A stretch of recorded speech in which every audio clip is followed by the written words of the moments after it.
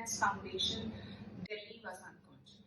April month is going on, which is Autism Awareness Month. Today I'm going to share my experiences on play. So I'm going to talk about autism and play. Play is most essential for a child's overall development. It works primarily on motor skills like gross and fine, language skills, social skills, problem solving, and thinking skills.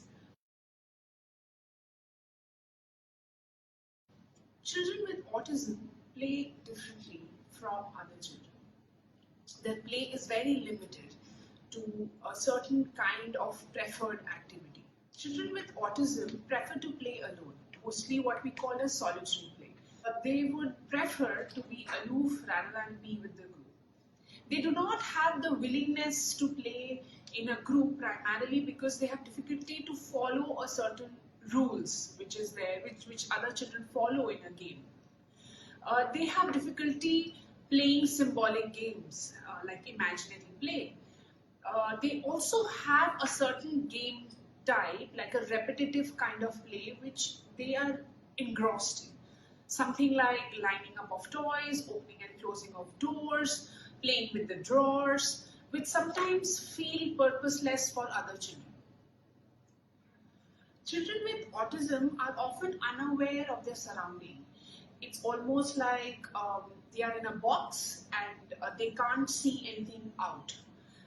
They are unaware of other people's preferred likings, preferred activities.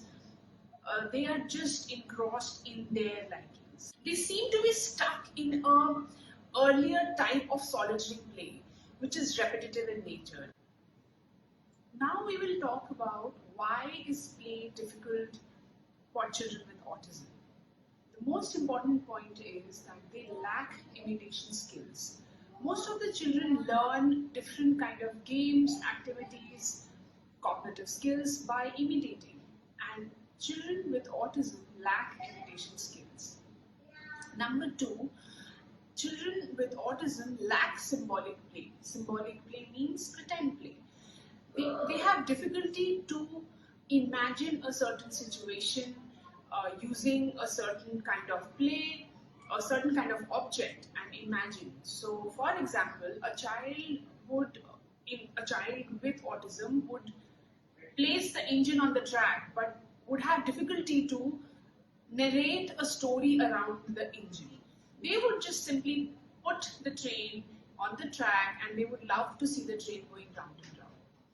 The third point is lack of social communication skills. Children on the spectrum tend to be self-absorbed and have little interest to engage with children of their age group.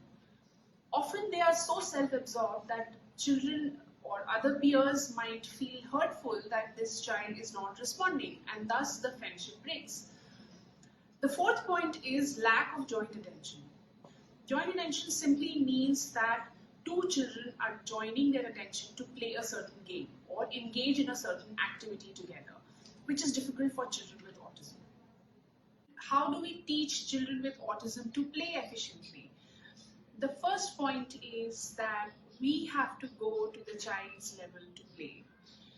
We cannot expect the child to just follow your instructions. So we have to go down to the level of the child. For example, if my child is just lining up toys, I would go down to the level of the child and maybe line up with him and slowly give a little variation of changing the lining up. And that is how we start playing. So it's very important to first build the connect, the trust, and then start playing.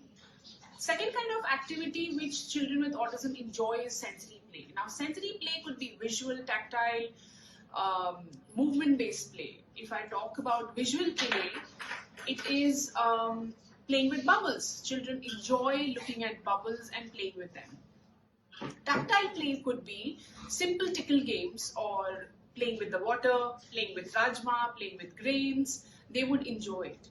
Movement games could be also just running around and playing pakran pakrai. Third type of play which children really enjoy is using music.